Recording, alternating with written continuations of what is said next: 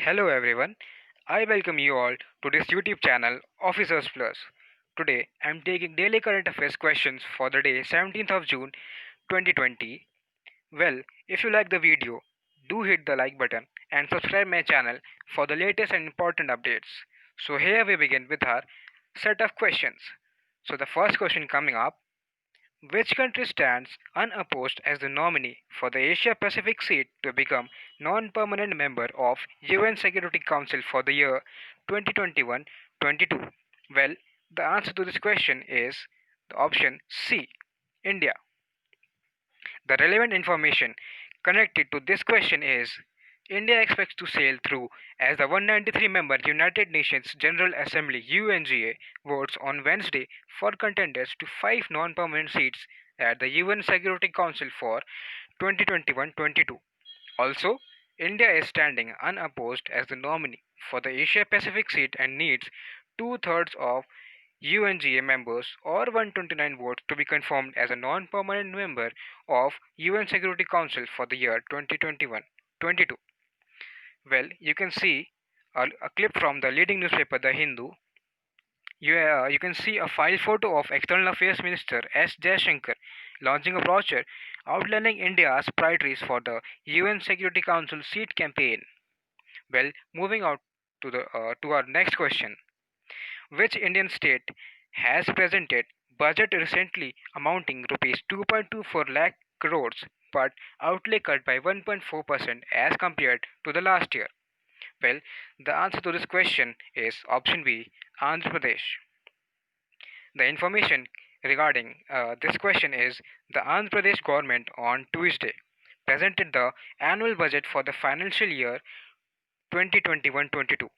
The words from Finance Minister were estimated revenue receipts stands at rupees 1.61 lakh crore, and talking about the revenue expenditure it's 1.80 lakh crore. The central theme of the budget rests on the human capital enrichment. So here you can see a paperclip from the same leading newspaper The Hindu. The finance minister of Andhra Pradesh, Bugana Rajendra Rath Reddy, arriving for the presentation of the budget on Tuesday. Well, moving on to our next question.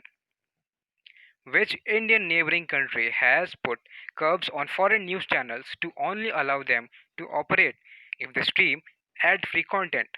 Well, the answer to this question is the option A, Nepal. The information which I can give you is all foreign news channels, including those from India, cannot stream content in Nepal if they cannot offer ad free content. Nepal said it's part of the clean feed policy for foreign TV network that the KP Sharma Oli's government began to activate on Monday. The policy stems from the Advertisement Regulation Act 2019 endorsed by the Nepalese parliament last winter. So here you can see a paperclip from the leading newspaper The Hindu. So moving on to our next question.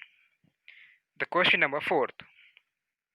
Democratic People's Republic of Korea blew up an inter-Korean liaison office recently. Well, this was in news recently. It covered a great amount of space in media. So, where is this office located, which the Democratic People's Republic of Korea blew up? Well, the answer to this question is option D, Kaesong.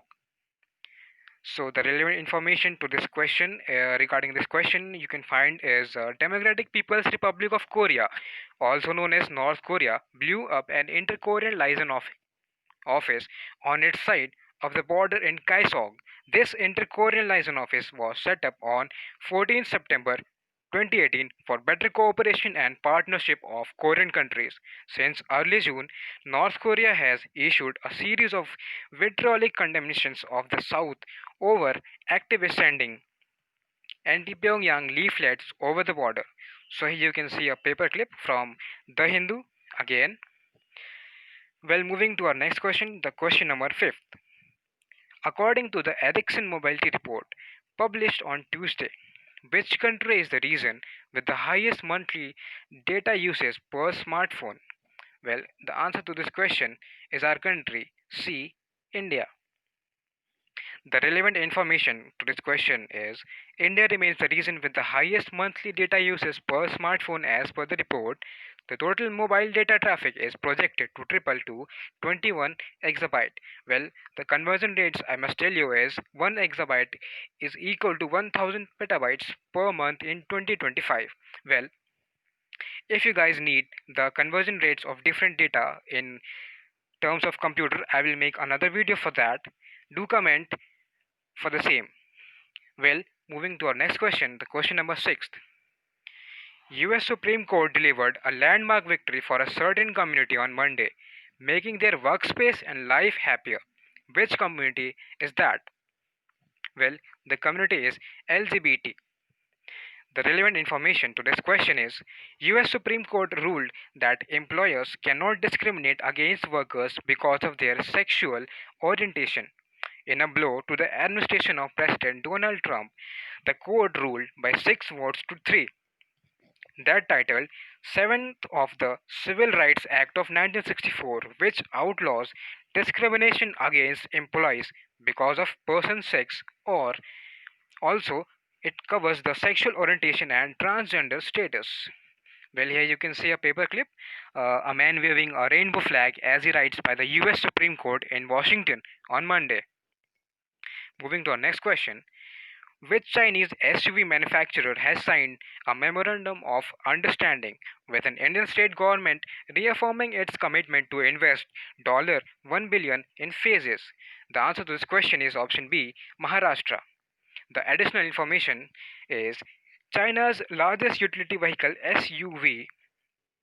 The full form of SUV is Sports Utility Vehicle. Sports Utility Vehicle manufacturer is this. So the name of the company is Great Wall Motor Company Limited, which recently acquired General Motors car manufacturing plant at Talegaon near Pune. Uh, this company has signed the MOU. The MOU will make sure investment in state-of-the-art automatic manufacturing facility, latest world-class technology, and along with this, a research center and development center in Bangalore. Well, you can see the paperclip. China's Great Wall Motor commits to $1 billion investment in Maharashtra. Well, this comes in the rising time of India and China border tensions. Still, it's a great news to hear. Moving to our next question. Recently, in which Indian state a 500 years old temple has been found submerged in a river? So, in which Indian state this temple has been found? So the answer to this question is option C, Odisha. So you can see the information. An ancient temple that remains submerged in Mahanadi in Odisha has been found, said experts who are leading a documentation project of heritage sites in the river valley. The 60-feet temple, believed to be around 500 years old, was located recently during an exercise as part of the project, said Anil Dheer, project coordinator of the Indian National Trust for Art and Cultural Heritage in Odisha.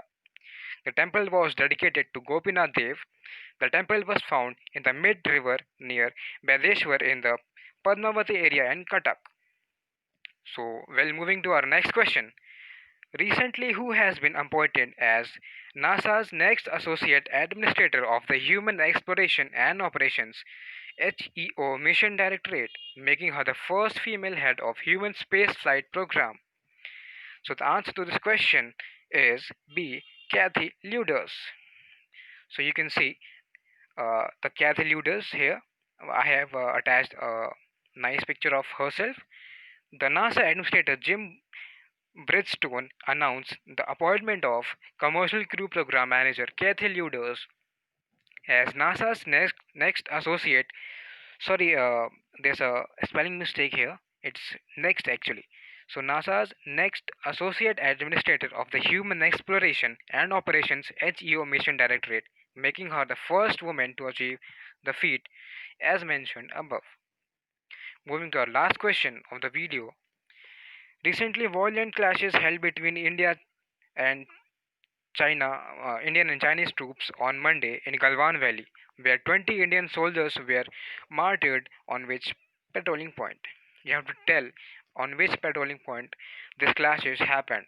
So the answer to this question is option B, patrolling point 14.